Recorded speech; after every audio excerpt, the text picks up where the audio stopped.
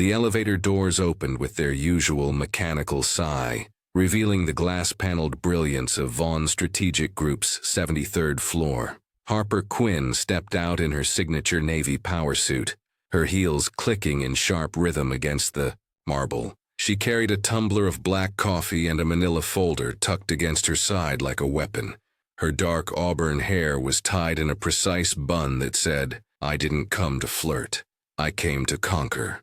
Across the open workspace, Mason Calder stood with one hand in his pocket, the other scrolling through his tablet as he leaned against his desk. His blazer was slung over the back of his chair, his shirt sleeves rolled just enough to be dangerously effective.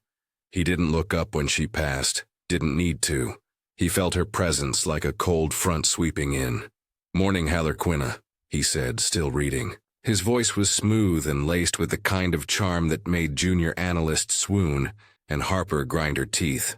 "Looking very Arkham chic today." She didn't pause.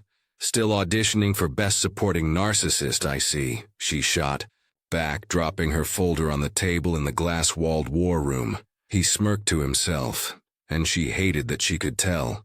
Their rivalry wasn't office legend, it was office scripture. Ever since they were both hired out of Ivy League incubators, Harper from Wharton, Mason from Yale, they'd been playing a game of corporate chess that neither was willing to lose.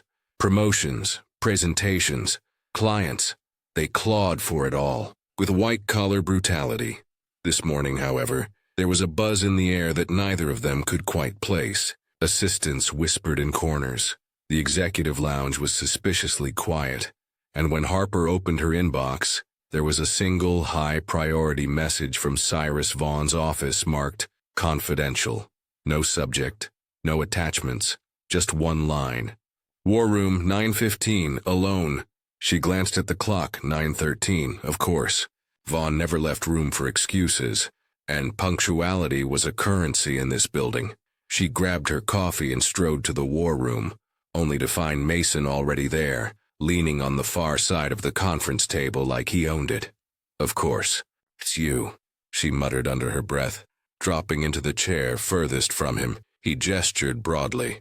"I always arrive early for impending doom. Makes the collapse more scenic." Before she could deliver her rebuttal, the glass doors opened and in walked Cyrus Vaughn himself. Gray suit tailored to within an inch of its life, silver hair swept back, and eyes that could make CEOs flinch. Behind him trailed his stoic assistant, who silently handed them each a sealed envelope before slipping back out. Cyrus didn't sit. "You two are the future of this company," he began, his voice deliberate, "and I mean that literally. I'm taking a sabbatical. Effective next week." Harper blinked. Mason's eyebrows shot up. Cyrus continued as if announcing a lunch break. "While I'm gone, one of you will act as interim CEO." Harper felt the pulse in her throat. Mason leaned forward slightly, his expression unreadable. Cyrus's eyes flicked between them. "Your performance over the next 2 months will determine who gets the chair. Officially." He turned and exited the room without another word, leaving behind a silence heavy enough to crush. Harper looked at her envelope, then at Mason. "So, gladiator match?" Mason stood, envelope in hand. "You do realize I'm Maximus in this scenario, right?" She scoffed. "You're more like that guy who gets eaten by the tiger in round 1. They exited the room in tandem, tension trailing behind them like fog. Back at their desks, their assistants already seemed to know something. Had changed. Whispered glances, subtle shifts in posture. This wasn't just a promotion. It was war, and if war was what Vaughn wanted, Harper Quinn would give it to him. But she wouldn't just win. She would dominate. The following morning, Harper arrived, early to find a thick envelope on her desk marked Project Helix, Priority Tier 1. Inside, a dossier outlined an exclusive partnership pitch with Titan Aerotech, a global aviation conglomerate preparing for a major pivot into AI logistics. The CEO himself had handwritten the final line. 2 minds. 1 contract. May the best vision win. She barely had time to absorb the challenge before Mason appeared in the doorway, casually tossing his own identical envelope into the air and catching it. You think he's enjoying this Game of Thrones cosplay? He said, walking in without being invited. Because I'm starting to think he's rooting for blood. Harper didn't dignify that with a response. She was already mentally sketching out a phased pitch structure, a blended revenue model, and a predictive interface that integrated seamlessly into Vaughn's current logistics partners. There was no room for banter when war had a deadline. Mason, though, lingered longer than he should have. Over the next few days, they became shadows in each other's spaces. Harper noticed Mason reviewing the same Titan documents she'd requested, often before her. She changed her password, then changed it again. She caught her analytics file open on her tablet when she swore she had closed it. She started locking drawers, something she'd never done before. Mason, for his part, began noticing that shared drives he'd used for years were suddenly inaccessible. His calendar was mysteriously wiped on the morning of a critical call, and once, after stepping away from his laptop during lunch, he returned to find a sticky note on the screen. Nice try. HQ. Neither confronted the other directly. Not yet. That would have broken the illusion of civility the office demanded. But every interaction sharpened, every glance held longer. Each word carried an undercurrent of accusation barely veiled by politeness. By the end of the week, Vaughn's assistant called them both in. You'll be presenting your proposals to Titan's executive board in Chicago, she said without emotion. You fly out Monday, hotel details are in your inbox. Harper met Mason's eyes across the table. He offered her a mock toast with his coffee. May the most paranoid genius win, he whispered. She rolled her eyes but didn't disagree. The flight was quiet, except for the clack of Harper's laptop and Mason's pen scratching across his legal pad. Neither spoke. They were two soldiers riding to the battlefield in separate armor, each sharpening their own blade in silence. When they arrived at the hotel, Harper stepped into the lobby first, her heels muted against the deep carpet. She gave her name. The receptionist typed, then frowned slightly. Ms. Quinn, there seems to be a note on your reservation. One moment. Mason joined her, setting his briefcase on the counter. Mason Calder, same block booking. The receptionist blinked, then smiled nervously. Ah, Mr. Calder and Miss Quinn. Yes, executive suite. One booking, one room. Harper blinked. Excuse me? The receptionist turned the screen so they could see it. A single booking. Under Vaughn Strategic. 2 names. 1 suite. No alternatives available due to a tech summit crowding the rest of the hotel. We're terribly sorry, but we've had a surge in overbookings. Call Vaughn, Harper snapped. This has to be a mistake. Mason raised an eyebrow, half amused. Or a test. You know how Cyrus loves psychological experiments. Maybe he wants to see if we kill each other before the pitch.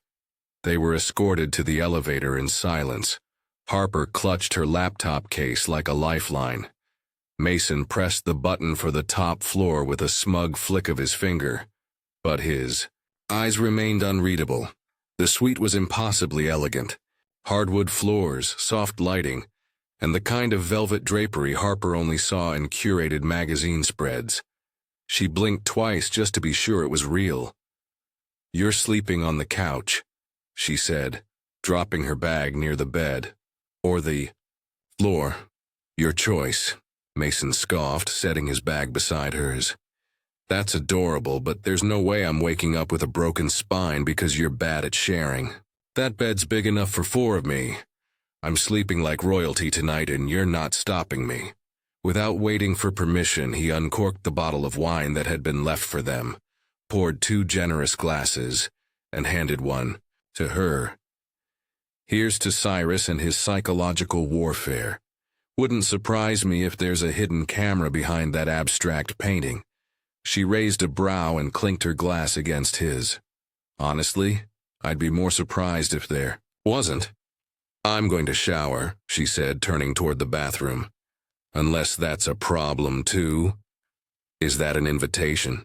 He asked, smirking. She answered by shutting the door. When she emerged, her wet hair was down. A loose, oversized shirt fell just past her hips, and shorts barely peeked out from underneath. Mason was across the room, shirtless and barefoot, rummaging. In his suitcase. His back was to her, but when he turned, their eyes locked. She looked at him too long, then too knowingly. Her gaze dropped and snapped back up. You should wear nothing more often, he teased, grinning. You're kind of glowing. Go to hell, Mason. Right after a shower, he replied, winking as he passed her. But before stepping into the bathroom, he paused at the threshold and turned slightly. As much as I'm loving that view, his gaze swept deliberately over her oversized shirt and bare legs. It's way too early to call it a night. We're in a 5-star suite, courtesy of our corporate chaos. We're going out. Dinner, drinks, and a good look at how the 1%ers live. She raised a brow, but didn't argue. And by the time he came out of the bathroom, towel drying his hair, Harper had transformed. She stood near the mirror, adjusting the strap of a sleek-fitted black dress that hugged her like it had been sewn in silence. His hand paused mid-movement, towel frozen in place. Okay, he said, eyes raking over her slowly. I take it back. You were glowing before. Now you're dangerous. She smirked, giving him a once-over when he started pulling a dark dress shirt from his suitcase. She pretended to fix the zipper on her purse, but her eyes kept flicking toward him as he dressed. First the shirt, then the sleeves rolled up just enough to show forearms that had no business looking that good. She caught herself staring and quickly looked away. Dinner felt too easy, too natural. They drifted from stories of bad roommates in college to bizarre interview questions, and the one time Harper almost walked out of a job on day one. Mason made her laugh, really laugh, with some tragic tale of mistaking the CEO's wife for a waitress at a gala. They didn't mention work or Cyrus or the pitch, not once. By the time they reached the elevator late that night, there was a subtle shift. She was leaning against the wall beside him, heels dangling from her fingers, her smile softer. His jacket was draped casually over his shoulder, top button undone, voice lower now as he teased her about her drink order. Who gets a Manhattan with extra cherry syrup? Someone with taste, she shot back. Unlike the guy who ordered bourbon just to look cool. They stepped into the suite, and Mason collapsed dramatically onto the couch, stretching out like a man who'd just won a war. He began unbuttoning his shirt lazily. That was surprisingly great, he said, eyes closed, head tipped back. Harper stood by the table, watching him with her arms crossed. You think we'll actually remember tonight? Or go back to landmines and silent treatment tomorrow?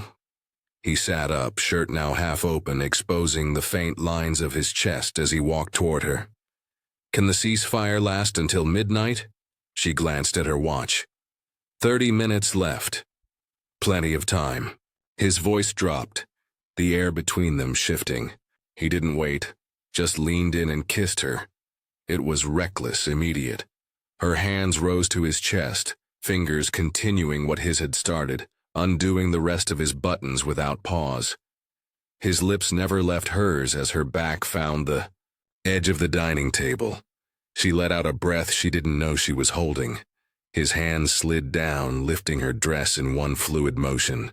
With a firm grip, he hoisted her up, and she instinctively wrapped her legs around his waist. A wine glass toppled nearby, hitting the carpet with a soft thud. Somewhere behind them, her shoe dropped. They bumped into a chair. He half laughed, into her mouth, catching her tighter, more careful now. Her fingers gripped his hair. His lips moved to her jawline, then her neck. Everything was chaotic, breathless, urgent, and yet somehow slow, as if they didn't want to miss a single second of it. He carried her toward the bed, kicking the door open with his foot as they stumbled in. The door thudded shut behind them. The rest of the world faded. It was a storm neither planned, a fire neither denied. And for those 30 minutes, there was no rivalry, no office, no war, just them. They woke up tangled in a way that would have embarrassed any version of themselves from 2 weeks ago. Harper's head was resting on Mason's chest, his arm curled protectively around her, her leg hitched over his like some lazy Sunday morning cliché. The room was still dim, quiet, and warm. She didn't want to move, not because of some deep poetic emotion, but because she knew once they did, the world would reset. Reality would claw back in. He was the first to speak. "If you tell anyone I spooned you like a needy ex-boyfriend, I will deny it with my dying breath," she snorted, sitting up and brushing her hair back. "Please, I'm already scrubbing this from my memory." But they both knew she wasn't. Not yet. They dressed in silence, but it wasn't awkward. It was that rare kind of quiet that only two people who understood each other too well could share. Mason tossed her a protein bar before they headed out. Half chivalry, half preemptive strike against any future sarcasm about him being unprepared. The day was brutal. They visited one of Vaughn's strategic group's main aviation innovation hubs on the edge of the city. A sleek, minimalist building, pulsing with energy. Engineers demoed propulsion systems. Analysts presented global impact projections. And Harper and Mason moved through it all like politicians and predators rolled into one. There were no lunch breaks, only cups of bitter black coffee, packets of almonds, and back-to-back interviews. They answered questions from execs, interns, and even a retired NASA consultant who kept calling Mason that one with the mouth. Harper corrected him once, then stopped. He wasn't wrong. By late afternoon, the two were running on adrenaline and professional spite. At a quiet break near the glass lounge, Harper sipped something vaguely fruity from the cafeteria and glanced toward the coffee cart. Mason was there, charming the elderly barista with that signature crooked smile and asking about her nephew's small business. Harper tilted her head, remembering the night before like a forbidden chapter in a book she shouldn't have opened. "Hey," she called over. "You remember last night?" He didn't hesitate, just turned slowly, gave her that devil-may-care grin, and raised an eyebrow. "I remember everything, Harper Quinn." His voice dripped with mischief. Her face flushed despite herself. She turned away with a scowl, but her heart wasn't in it. This man was going to ruin her composure, and she was going to become CEO just to ruin his. That was the deal now. One of them would win. And one of them would never forget why. By the time they got back to the hotel, her feet were a disaster. She kicked off her heels, groaned like someone twice her age, and collapsed onto the plush couch. She pulled out a peppermint massage cream from her bag, slathering it on with the resignation of a woman who had climbed several corporate mountains in one day. Netflix was running in the background, some crime show she'd already half-watched before, when the door creaked open, and Mason entered, pushing a room service cart like a game show host. "Welcome to Mason's Midnight Menu," he said grandly. "Tonight's specials include exhaustion, ambition, and questionable choices." She raised a brow. "Are you practicing your presentation voice?" "I call it pitching with charm." The coffee ladies loved it. Said I reminded them of their third ex-husband, the one they still secretly root for. She laughed, genuinely for once, and waved him over. The food was absurd. Sliders, spring rolls, pasta, dessert, and something that looked like it required a fire extinguisher. He plated hers like a waiter. She didn't fight him on it. After dinner, she limped into the bathroom, sighing with relief as the hot water roared on. For some reason, maybe fatigue, maybe something deeper, she didn't quite shut the door, just left it slightly open, as if expecting nothing but allowing for anything. And he noticed, a few minutes later as she stood under the steaming cascade of the luxurious rain shower, eyes closed, mind blank, Mason stepped in behind her. Naked, quiet, unapologetic. The air shifted instantly.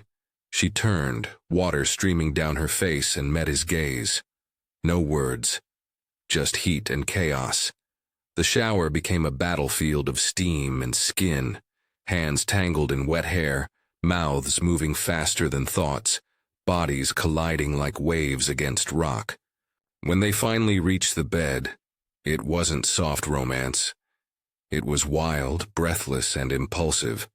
The mattress creaked with every movement, sheets torn from the corners, clothes forgotten like casualties. He whispered her name between kisses, and she cursed his perfectly timed smirk. There were bruises the next morning, earned and unapologetic, and for the second time in 24 hours, Harper Quinn realized she might be in trouble. Because the enemy wasn't just clever, charming, and dangerously competent, he was irresistible. The morning of the final pitch began with a blinding sunrise over Chicago and the sharp sound of Harper's alarm. She sat up instantly, the air in the suite already buzzing with anticipation. Across the room, Mason was fastening his cufflinks, whistling as if the stakes weren't skyscraper high. She wanted to throw a pillow at his head, or kiss him again. It was getting harder to tell the difference. They arrived at the conference room, sleek and over-designed, the kind of place where billionaires decided the fate of other billionaires. Cyrus wasn't there, of course, still off-grid, sending only one cryptic message. Impress me. They were to present separately, with 30 minutes each, and only one would carry the Vaughn crown temporarily. Harper's heart pounded as she clicked through her polished slides. Her proposal was sharp, data-driven, and elegant. Everything she believed Vaughn Strategic stood for. She made eye contact with every executive, held her ground, and ended with a flourish that earned a nod from the elusive billionaire client. Mason followed. His style was wildly different. Less structured, more narrative. He talked about future-forward tech and aerospace, cited bold partnerships, and made them feel like visionaries just for listening. He was magnetic. She hated how good he was, and, yet as she watched him, she couldn't stop thinking about the night before. The way his fingers curved against her hip like she was something precious. Afterward, they were ushered out together. Harper kept her expression neutral, arms crossed, as Mason loosened his tie with a grin. "You killed it, Harper Quinn." She rolled her eyes. "I'm still not flattered by the Harley Quinn nickname." He smirked, brushing a hand through his tousled hair. "You should be. She's brilliant, chaotic, and never boring." His eyes flicked toward her lips for a second too long. "Just like someone I know." They flew back to New York that evening. Harper sat in silence, earbuds in, pretending to review numbers while her mind replayed every kiss, every look. Mason, on the other hand, napped like a man who'd closed $1 billion deal and had no regrets. That was the difference between them. She felt too much. He seemed to feel nothing. Back at Vaughn Strategic Group, things fell back into routine, with deceptive ease. Reports, strategy briefings, team huddles. They were professionals again, rivals again. Their old rhythm of sarcastic jabs and stolen glances resumed without a hitch. And yet, the air between them had changed. Late one Thursday, after a long day of budget reviews, Harper made the snap decision to say yes to a girls' night out. She needed laughter, tequila, and someone to tell her that sleeping with your work nemesis twice in a 5-star hotel didn't mean anything. They went downtown, rooftop bar, Strong drinks, neon lights, and loud music. Harper wore a black dress that screamed independence, not confusion. Her friends toasted to freedom. She felt free. Or close enough. Around midnight, her phone buzzed. Mason, missing a certain hotel suite, and a certain someone in an oversized shirt and tiny shorts. Her heart stopped. Her cheeks flushed. Of course, he remembered. She stared at the message, fingers hovering over the keyboard. She didn't want to feed it. Didn't want to fall into his rhythm again. But still, she replied. Harper. Out with friends. Didn't get any better invitations. Tonight. Then, without thinking too much, she dropped her location. And a selfie, just cheeky enough, nothing overt. No explicit invite. But it was an open window. 30 minutes later, she was dancing with her friends, tipsy enough to forget the mess in her head. And then she felt it. A shift in the air. She turned, and there he was. Mason. Leaning casually against a column, not dancing, just watching her with that half-amused, half-devouring look. He didn't say anything, just nodded once like they had an understanding. She walked over slowly, slid her arms around his neck, tugged him closer. You're really not going to dance? He shrugged, smiling. Only if you make me. She did. Her body pressed against his. The music thrummed through her spine. His hands settled on her waist like they'd always belonged there. She knew she was in trouble. She was already in trouble. The announcement came in the middle of a perfectly ordinary afternoon, if anything could be called ordinary inside. The Vaughn Strategic Group. Cyrus appeared on the main screen of the boardroom, his image crisp, voice calm as ever. Both of you were brilliant, he began, fingers steepled in front of his face. In fact, so brilliant that we've decided to implement both projects. Harper blinked. Mason straightened. Cyrus continued. We'll unify the best of both proposals. But since I'm leaving for an extended sabbatical, here's how it'll work. Harper Quinn, you'll assume the role of interim CEO at Vaughn Strategic. Mason Calder, you'll head to Titan Aerotech and lead the implementation from their end. Harper, you'll share your data directly with Mason. The Titan team insisted. There were polite congratulations, forced claps, and a blur of handshakes. But Harper barely heard a thing. She returned to her office in silence, numb. She had won. She should be lighting fireworks. Yet something felt off. 10 minutes later, Mason appeared at her door. He didn't knock, just walked in like he always did, holding 2 espresso cups and wearing that damnably perfect smile. No champagne, he said, offering her one. But we can save that for when you IPO the company. She took the coffee. Didn't sip it, just looked at him. I knew it would be you, he added with a shrug. You're a better CEO, more strategic, more composed. I'm better with chaos, with action. Titan's more my style. His voice was easy, his tone light. But then he glanced at her and something softened. Only problem is, just as I'm starting to fall for you, I have to go. Harper stared, confused. You falling for me? Her voice was quieter than she intended. You know what that even means, Mason? He sipped his coffee slowly, then set it down.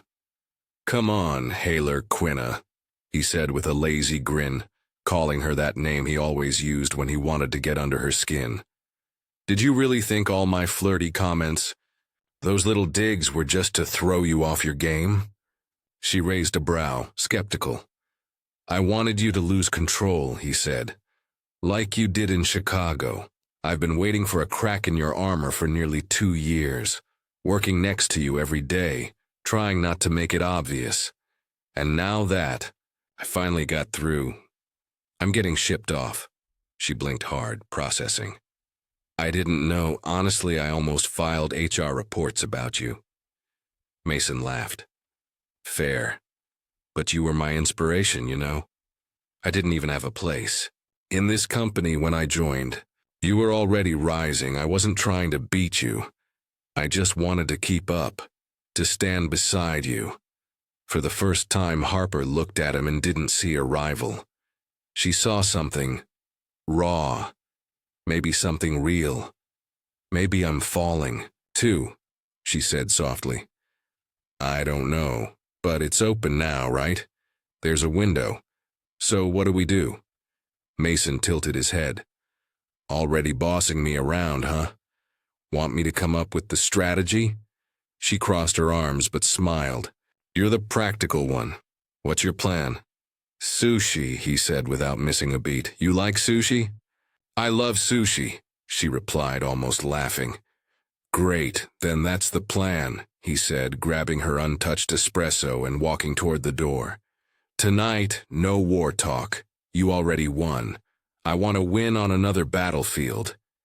And with that, he was gone. The sushi place Mason chose wasn't pretentious, just quiet, elegant, tucked into a narrow street lit by fairy lights. They were seated near the back, in a booth with soft leather cushions and a dim glow that made everything feel slightly unreal. Harper sipped her sake, watching Mason fold his napkin with unnecessary precision. So this is your strategy, she said, lifting a brow. Feed me raw fish and hope I forgive you for leaving?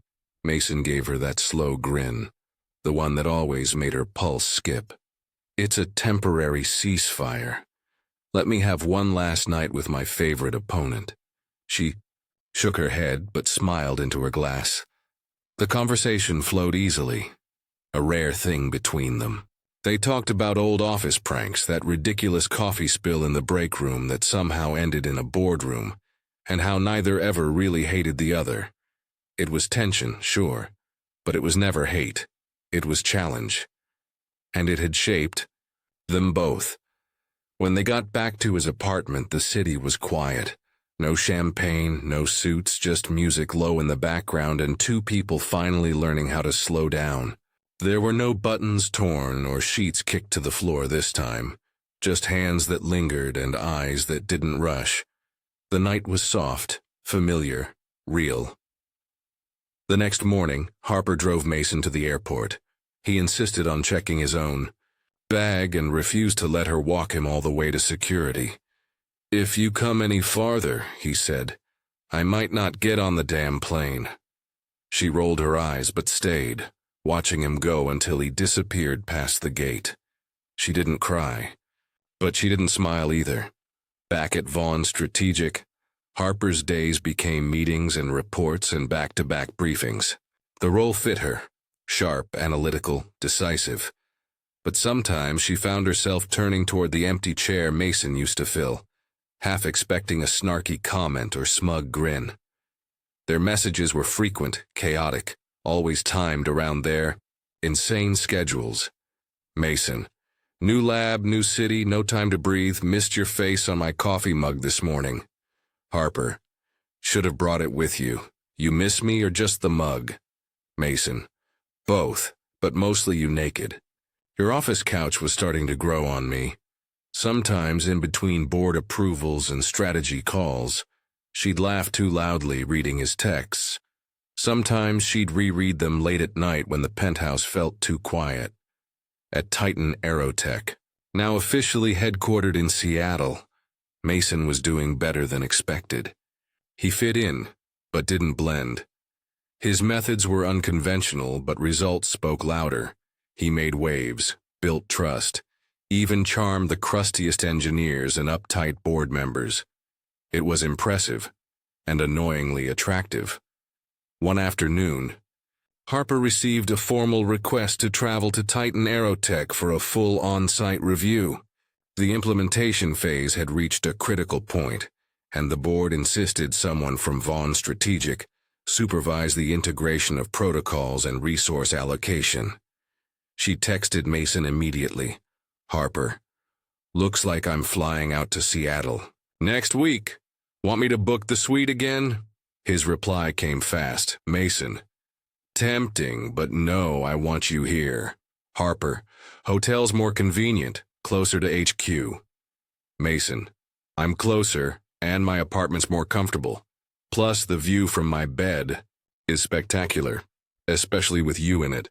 She stared at the message a long time before responding. Harper, don't make me regret this. Mason, never. I'll stock the fridge with sake. The arrival gate at Seattle-Tacoma was a blur of movement, noise, and artificial lighting. And Harper Quinn was dressed like she owned the place. Her heels clicked with intent, her blazer crisp, her expression unreadable. Until she saw Mason Calder. He was leaning casually against a column, holding a coffee in one hand, and her favorite protein bar in the other.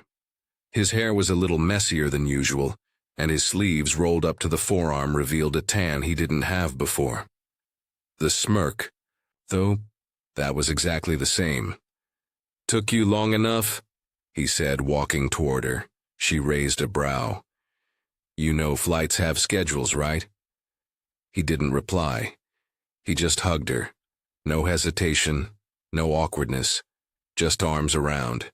Her waist and his face buried in her neck for a few seconds longer than she expected. Her hand instinctively found the back of his shirt, gripping the fabric like she was anchoring herself. They didn't speak on the way to his apartment. The silence wasn't tense. It was thick with everything they didn't have time to process. When they arrived, he showed her around. The living room with panoramic windows, the bedroom with dark wood accents, the kitchen that clearly hadn't seen much use. But the couch, he said, patting the leather, has great potential. Working together again was complicated. Titan Aerotech was intense, a sharp contrast from Vaughn's corporate elegance. Everything felt more technical, more data-driven. Harper adapted quickly. She was brilliant and everyone saw it. But working alongside Mason, side by side in glass-walled meeting rooms, pretending they didn't know what each other looked like, without clothes. That was the challenge. They had to maintain boundaries, at least on paper. Mason became her handler for the visit, attending every meeting, leading every tour. Their body language was masterfully restrained, no brushes of fingers, no secret smiles. But their eyes spoke volumes, every stolen glance across a whiteboard, every smirk during a debate, every silence after someone else walked out of the room. Then came Elena. Sharp, charismatic, and effortlessly confident, Elena was head of innovation at Titan. She greeted Harper with warm professionalism, but it was the way she greeted Mason that stuck in Harper's mind. Hand on his arm, inside jokes, a laugh that was just a little too familiar. Old friend? Harper asked that night as she removed her earrings. Mason, changing into joggers, glanced at her. Elena, we've worked on a few launches together. She's brilliant and very physically expressive. He chuckled. Jealous, Harper? She shot him a look. No. I just find it interesting how people communicate when they think others aren't watching. He walked toward her, hands in pockets, stopping just close enough to tilt the balance. You're always watching. She didn't answer, didn't need to. The silence was loud enough. The next morning, during a cross-functional meeting, Harper noticed Elena sit beside Mason. Again. Their closeness wasn't inappropriate, but it wasn't nothing either. Every lean-in, every hushed exchange, it chipped away at Harper's composure in small, silent increments. After the meeting, Mason caught up to her in the hallway. You okay? He asked, tone softer than usual. I'm fine, she replied, brisk. Just thinking. He leaned against the wall, folding his arms. Thinking about how Elena laughs too loud, or how she touches my arm when she talks. Harper paused. Do you want her to stop? Not really, he admitted, then grinned. Because I like when you get all possessive and pretend you're not. She rolled her eyes, walking past him, but he followed, still smiling, as if her jealousy was proof of something good. Without hesitation, he caught her by the wrist and guided her into a narrow service corridor between two conference wings. Quiet, dim, and tucked away from the surveillance routes he clearly knew too well. Before she could process what was happening, Mason pressed his lips to hers, one hand sliding to the back of her neck with a practiced, intimate certainty. "Mason," she whispered, half warning, half breathless protest. He stepped back only, enough to look at her with a crooked grin.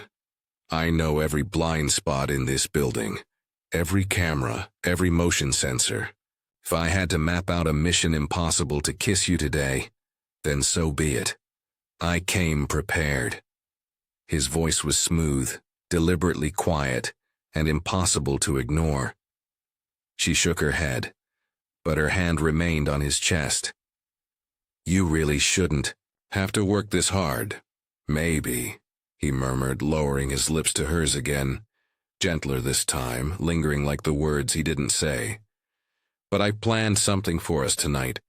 No strategy meetings, no spreadsheets. Just you. Just something real." Just as they emerged from the corridor, trying to hide the unmistakable tension between them, footsteps echoed from the other end of the hallway. Elena appeared. She slowed her pace just enough to register the sight, taking it all in without a flicker of expression. As she passed them, she simply said, "Ms. Quinn, Mason," her voice as crisp as ever.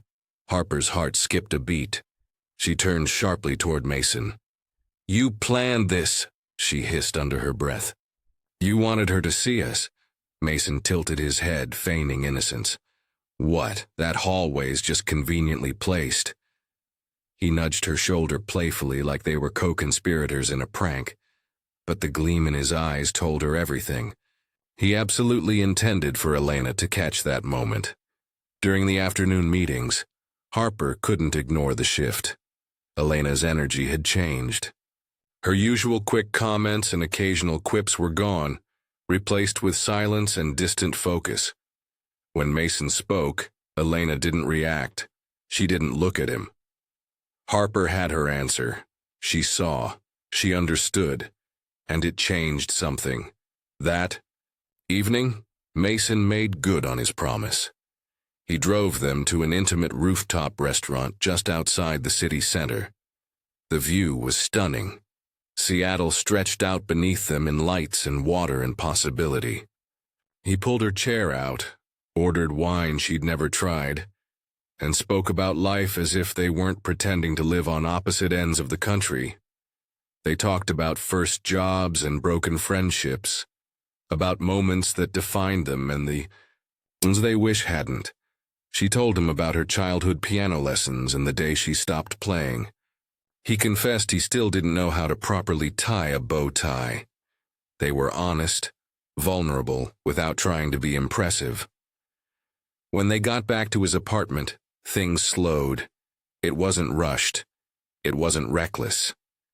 They moved with care, with intention, like they'd finally earned the right to not hide anymore.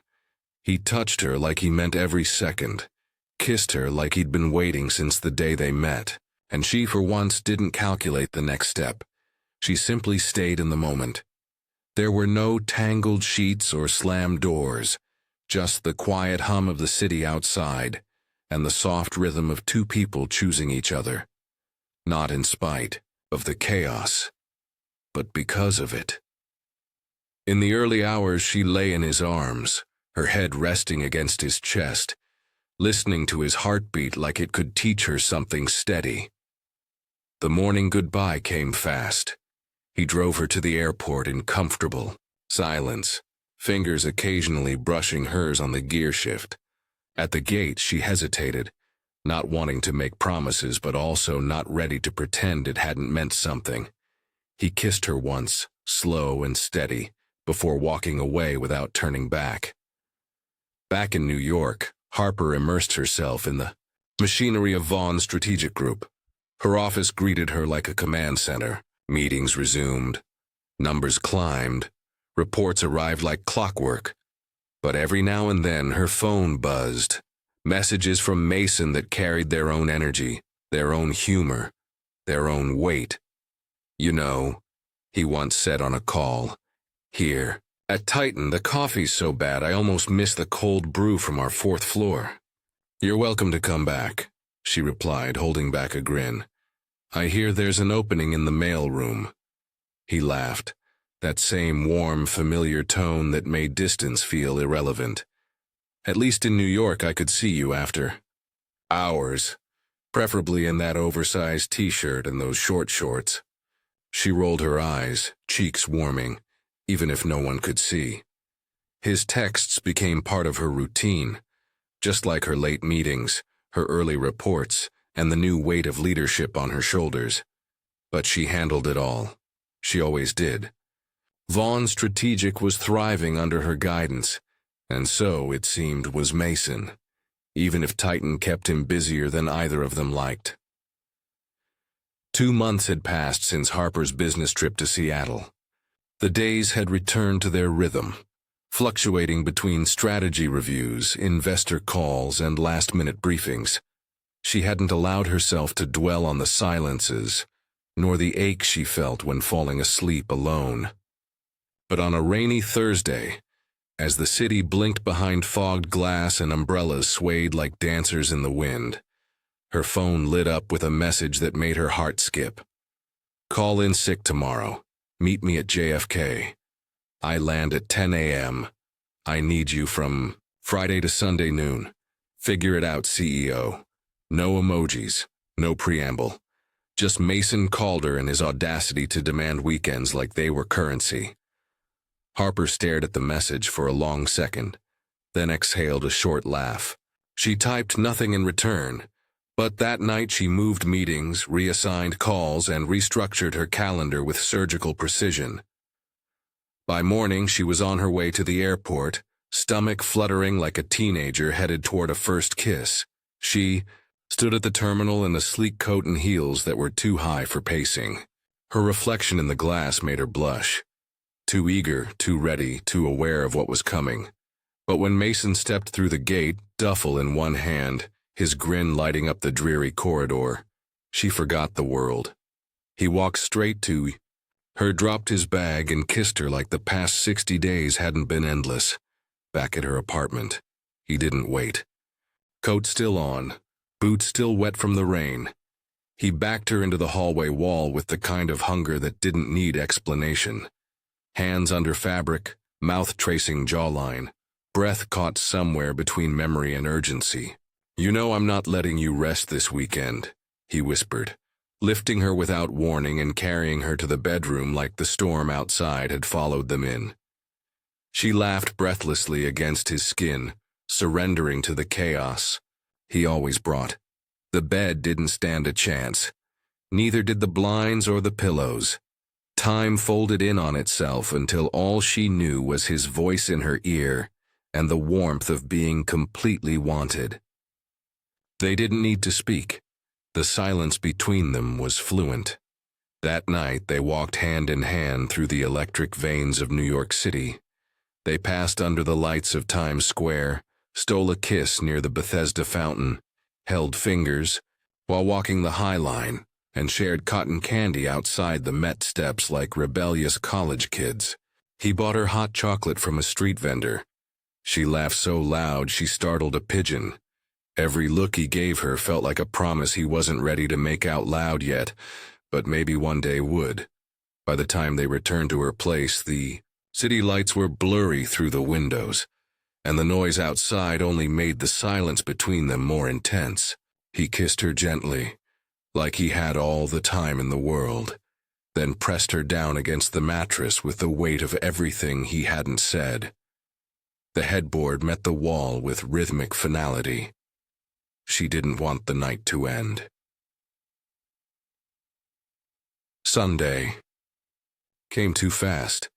She made him breakfast barefoot in one of his shirts while he read emails like he wasn't about to board another plane. They didn't talk about what came next. They didn't have to. The clock was cruel, and the taxi arrived with no mercy. She rode with him to the airport, sitting too close, her hand curled tightly around his.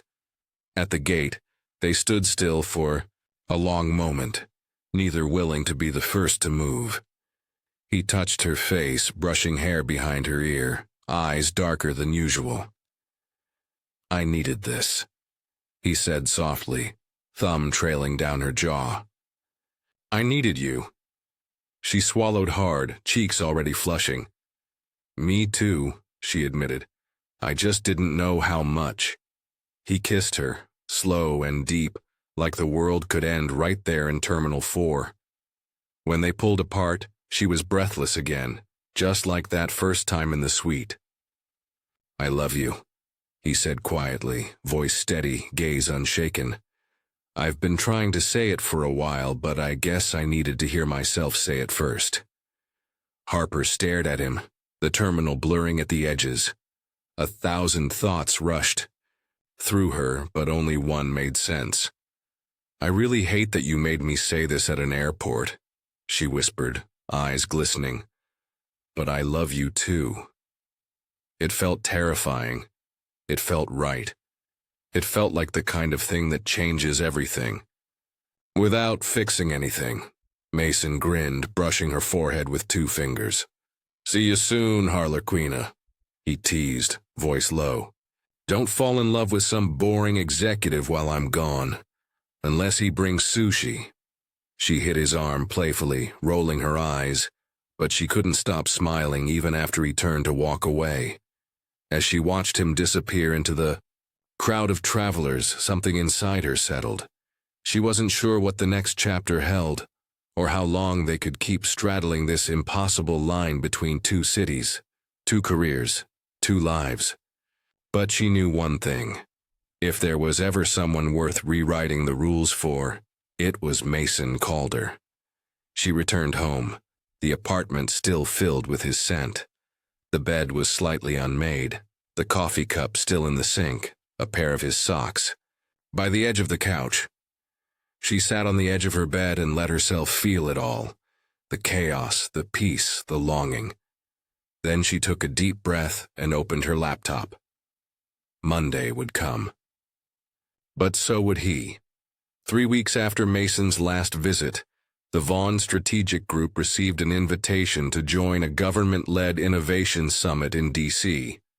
It was exclusive. CEOs of disruptive companies, top engineers, and policy shapers would be present. Harper's name was on the list, so era the Vaughn brand, and Titan Aerotech and Mason Calder. She blinked at the email, reading the confirmed guest list twice. Of course he would be there. She hadn't told him yet. That evening she paced her apartment with a glass of wine, unsure why this felt heavier than a boardroom ambush. It was just a summit. But part of her feared being seen in public with him, too close, too soft, too much at stake.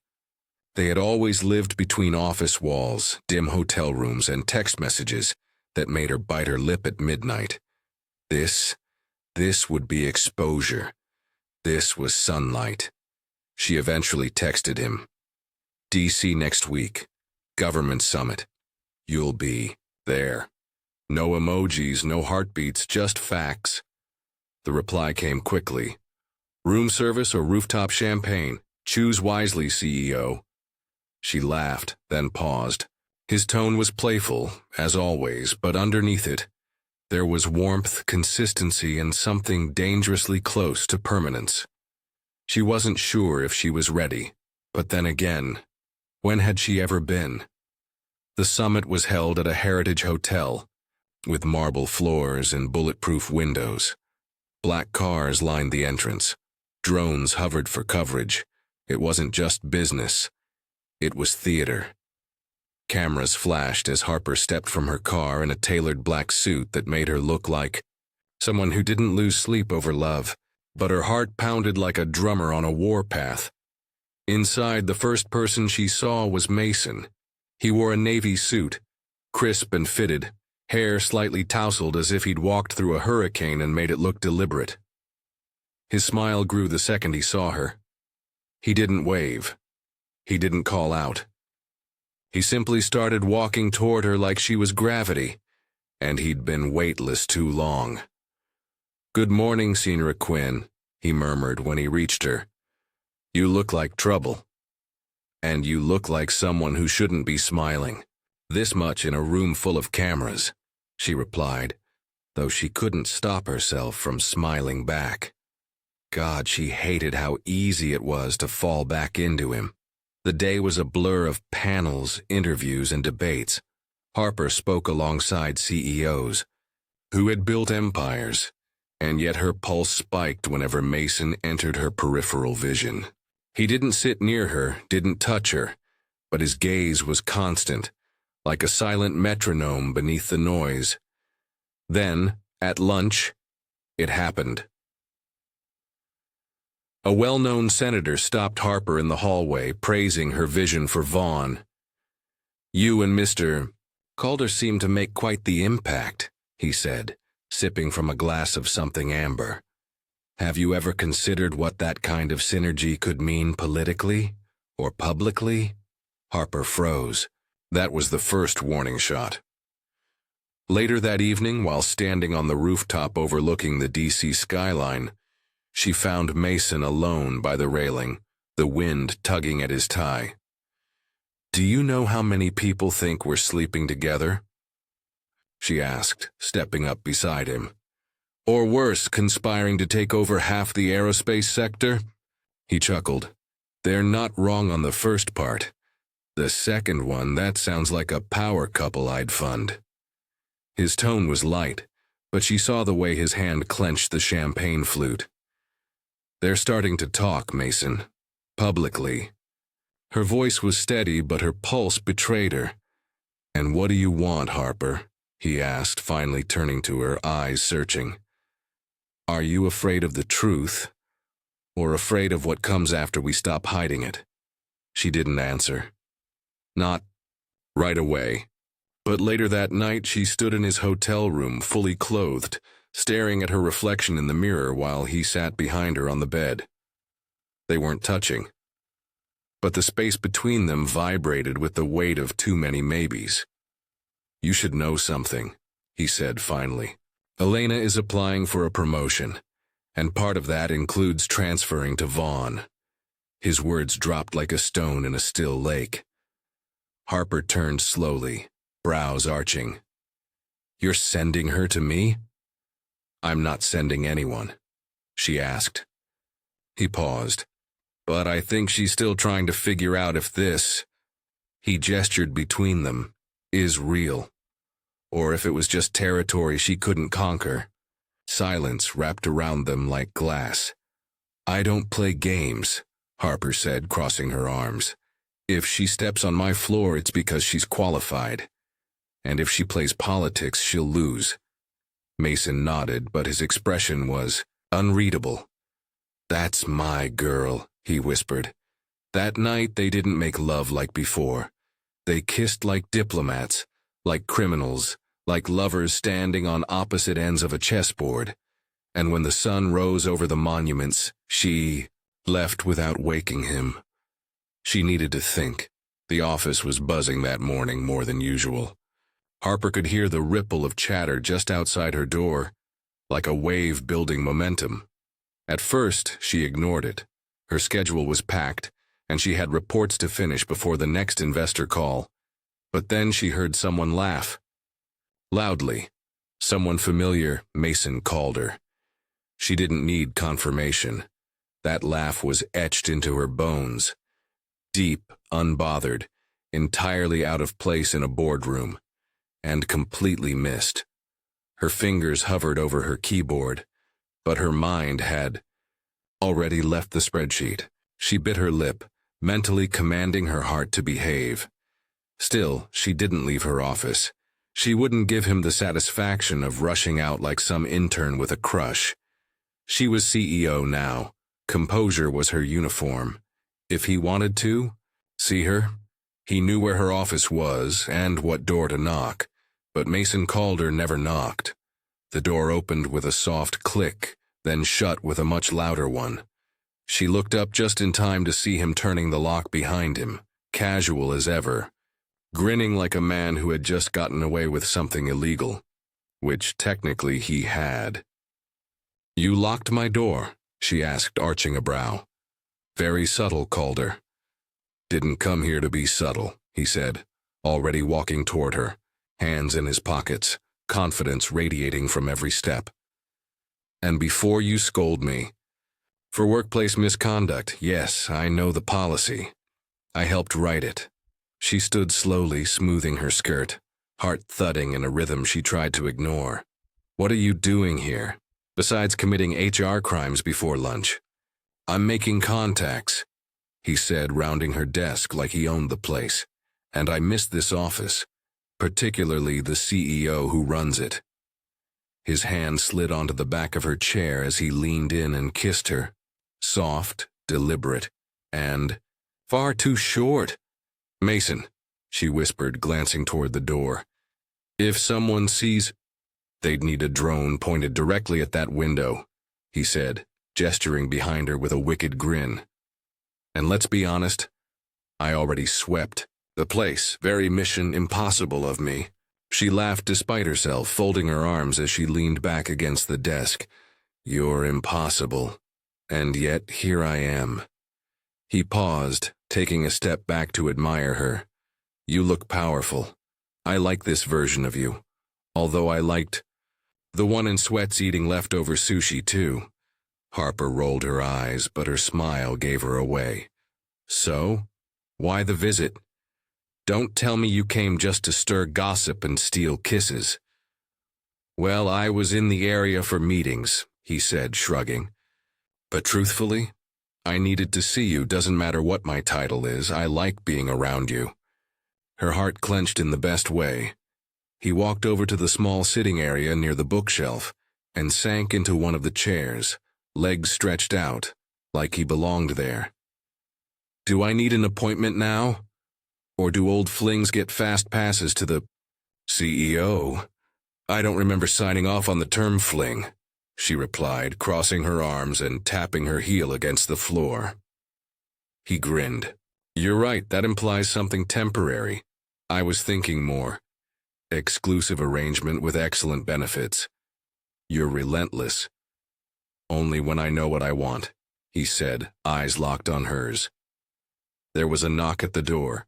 Mason didn't flinch. Harper exhaled, adjusted her expression, and calmly unlocked it from her phone with one tap. Elena entered with a report in hand. She paused for a fraction of a second upon seeing Mason, then handed Harper the document with practiced poise.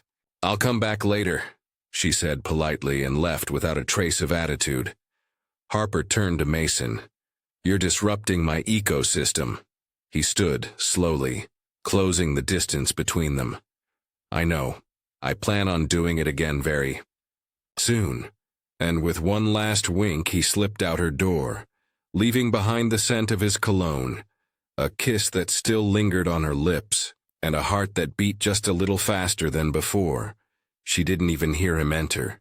The rustle of papers, the distant hum of Fifth Avenue traffic, and the soft glow of her desk lamp filled the office. Harper was buried in quarterly projections, dissecting reports from departments she hadn't seen in weeks. Time had folded in on itself, disappearing into spreadsheets and investor decks.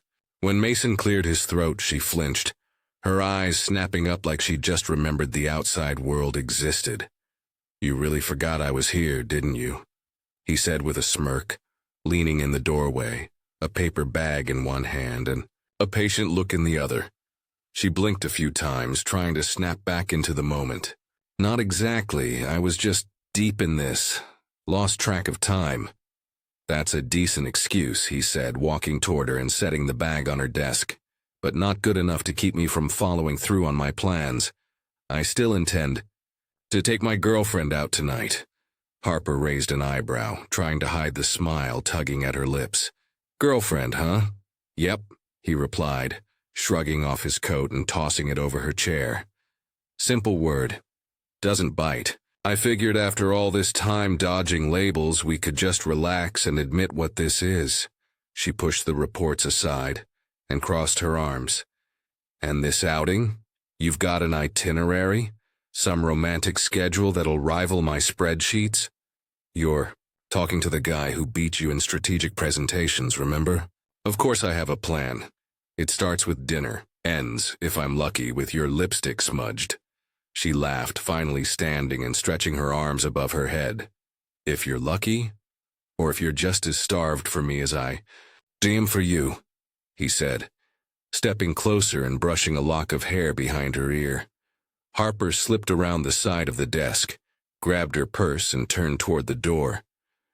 You still like that bistro on 57th? The one with the patio seating and the perfect risotto? Top 3, and already reserved an hour ago, Mason said, holding the door open. You really think I'd come to New York without making... Sure you were the highlight of my trip? Outside, the air was crisp and damp from a light rain earlier. He wrapped his arm around her, pulling her close as they crossed the street. The city lights danced in puddles at their feet, and something inside her settled quietly. They reached the restaurant in minutes, greeted by a host who clearly knew their names. Mason pulled out her chair, poured the wine, and kept that confident grin. The one that said he knew exactly what he was doing, and who he was doing it for. Over dinner, he barely talked about work. Instead, he asked about the new book on her nightstand, why she'd started running on Tuesdays, and how come she hadn't posted pictures of her favorite cafes lately. Harper noticed how closely he'd been paying attention. You're studying me, Mason, she said with a laugh after a comment about her reading glasses. Like I'm some kind of puzzle. No, he said, taking her hand across the table. I'm just enjoying having the time to watch you without rushing. For the first time, I'm not chasing something. I'm exactly where I want to be. Afterward, they walked slowly along Park Avenue, fingers intertwined.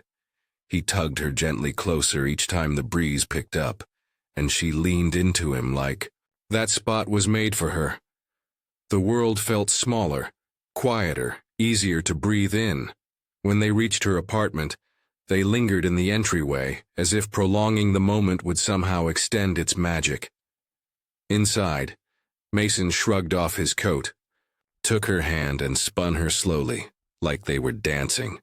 No music, no performance. Just a quiet, unchoreographed dance in the soft light of her living room. And this time, when they kissed, there was no rush, no urgency. The world could wait. The bed wasn't a battlefield tonight. It was a sanctuary. She smiled against his lips before pulling him gently toward the bedroom, knowing that this night was a gift, and that sometimes love didn't need to roar. It only needed to be. The steam curled around them like a lazy fog, softening the morning light as they stood together under the spray. Their movements were slow, familiar, washing, laughing, sharing half-sentences and playful nudges. Mason kissed the tip of her nose when she grumbled about shampoo in her eye. She laughed when he pretended to slip just to catch her waist. It was a routine they hadn't had time to build, but somehow it already felt like home. Afterwards, they moved through her apartment like two parts of the same rhythm, brushing teeth side by side, arguing about socks, and debating which jacket made him look more serious but still hot. She chose the navy. He kissed her for it. Getting dressed had never been so filled with laughter and little touches. It was intimacy in the quietest sense. No performance, just two people enjoying, being around each other. On the way to Vaughn, with the city sliding past the window, Mason turned toward her and spoke with a quiet certainty. My contract with Titan ended last week. I stabilized what they needed and they offered me a permanent position. Great title, great pay. Harper looked over, blinking in surprise. That's incredible. Wait, offered? As in past tense? Nodded, his thumb tracing circles on her hand. I turned it down. They were generous, but I have better opportunities waiting. Her brow furrowed slightly. Mason, I should tell you. Your old role at Vaughn, I gave it to Elena. She's been doing a great job. He smiled. That's not the opportunity I meant. The real opportunity was waking up next to you today. That's what I've been aiming for. She shook her head, half laughing. You're insane. Maybe, he said with a shrug and a grin. I talked to Helix Strategies. They've got a slot open, high level, lots of freedom. I've got a meeting with them this afternoon. Harper's eyes narrowed playfully. You do realize there's probably something better for you here. Mason leaned closer as the car slowed in front of the building. Yeah, and that something better is you. But I also know myself, Harp. If I worked with you again, I'd spend half the day pulling you into corners and kissing you until you forgot your name. She laughed despite herself. Stop it. That office isn't mine. It still technically belongs to Cyrus. Even better, he said, his tone lower. Less risk of being fired for what I've imagined doing to you on that couch. Mason, she warned, her cheeks flushing. But she was still smiling as they stepped out of the car. They arrived together, which sparked whispers all through the office. People grinned, some raised eyebrows, but no one was surprised. Mason had always been a favorite. Harper walked ahead, calm and composed, every inch the CEO. But inside she was counting the seconds until he made it to her office. He didn't disappoint. 20 minutes later, the door clicked shut, and there he was, leaning against it like a man with nowhere else to be. She tried to pretend she was annoyed, but the truth was she'd been hoping he'd come. I've got to head to that meeting, he said, stepping toward her, tugging gently at her waist. But tonight I'm buying you dinner, celebrating the fact that you dated an unemployed man for a full day.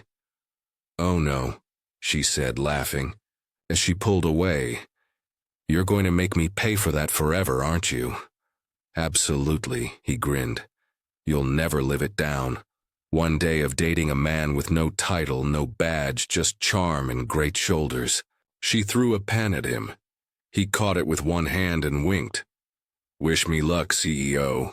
He left and she tried to return to her work. She really did. But her mind kept drifting to what his life might look like just one block away.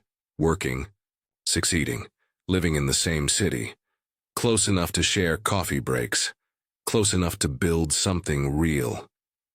That evening, her phone buzzed with a message. Tell your heels to behave. I'm downstairs and we're celebrating. She smiled, grabbed her coat, and made her way to the street. He was waiting, leaned against a lamppost like something out of a rom-com poster. He looked up, smiled like he had since the beginning, and said, So, dinner with your ex-unemployed boyfriend? Only if there's dessert involved, she replied, slipping her hand into his. There will be. And it's not on the menu, he teased.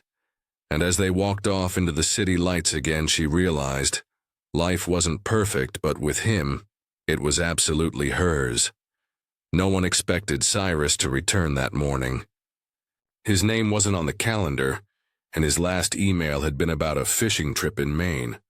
But there he was, standing in the Vaughn boardroom, looking tanned, oddly relaxed, and wearing boat shoes with no shame. Harper nearly dropped her. Coffee. The entire executive team paused mid-discussion, blinking like they'd seen a ghost. Cyrus clapped his hands once, loudly, and grinned. I'm not dead, just tan, and retiring. The silence broke into gasps. He went on. I've decided to enjoy my life. Let the company grow without me breathing down its neck. Harper, the seat's yours. Permanently. I'll stick to dividends and emails with too many emojis. Harper blinked. Wait. You're serious? Her voice was calm, but her heart raced. The company was hers, truly hers. As a minor shareholder and proud mentor, yes, Cyrus said, raising his coffee in salute. And if you say yes now, I'll even grant you a full month off, which, according to HR, you're about a year overdue. She raised a brow. A month? Cyrus smirked. Consider it your reward for surviving me. Besides, I have a feeling you and your former rival wouldn't mind a long vacation. And yes, I know. I've known since Mason started bringing you croissants every Thursday. There was laughter in the room, a warm round of applause, and Harper could only smile, cheeks flushed. She accepted the position, officially, finally. And by the end of the day, she was planning flights instead of quarterly goals. They chose Greece. Mason claimed he'd always wanted to see Santorini, but Harper suspected he just wanted to see her in a sundress with no office in sight. They rented a tiny villa on a cliff, white walls and blue shutters, and for weeks they did nothing but drink, wine, kiss under the sun, and make plans with no pressure to follow them. They danced in the streets of Athens, swam in warm seas at dusk. She read books under olive trees, while Mason pretended to be interested but mostly just watched her. Once, in a taverna, he toasted, "To loving you in sandals, in suits, and in every future I can imagine." And when the month ended, they returned to New York, tanned, rested, full of quiet memories. Life slipped back into its usual rhythm, but something had changed. The rush no longer consumed them. They built space for each other. Lunch breaks that lasted a little too long. Nights where takeout boxes and tangled legs replaced emails and meetings. Harper led Vaughn with calm certainty now. No more proving, no more rushing. She had built her place and stayed in it. Mason thrived at Helix strategies, but still popped into Vaughn on random Fridays just to see her pretend to be annoyed. The office knew. Everyone knew. And no one minded. One Friday afternoon, she found a sticky note on her desk. "Your 4 p.m. meeting has been canceled. Your boyfriend had a better idea. Bring your smile." It led her to the rooftop. He was waiting with 2 coffees and a view of the skyline. "Just needed a moment with my CEO," he said. She sat beside him, head on his shoulder. "You're shameless." "I'm in love," he replied. "There's no cure." Weeks turned into seasons. Their apartment slowly became their apartment. Mason's books on her shelf, Harper's sweaters on his chair. Sunday mornings were sacred. So were spontaneous date nights, unplanned kisses in elevators, and quiet evenings filled with nothing but warmth. Eventually, no one called them rivals anymore. They were a team built on wit, war, and something deeper than either had expected. They didn't need labels. But one night, Mason whispered, "I want forever, Harlequina," and she whispered back, "Then stop talking and kiss me." The world kept spinning. Deadlines came and went. Markets rose and dipped. But in the middle of it all, in a city that never paused, 2 former opponents found something that did stop. Time, each other. And maybe it wasn't perfect every day. Maybe there were still meetings, traffic, and burnt toast. But there was laughter in the kitchen, love in the ordinary, and the kind of happiness that doesn't shout, just stays. So, this wasn't just happily ever after, it was better. It was real.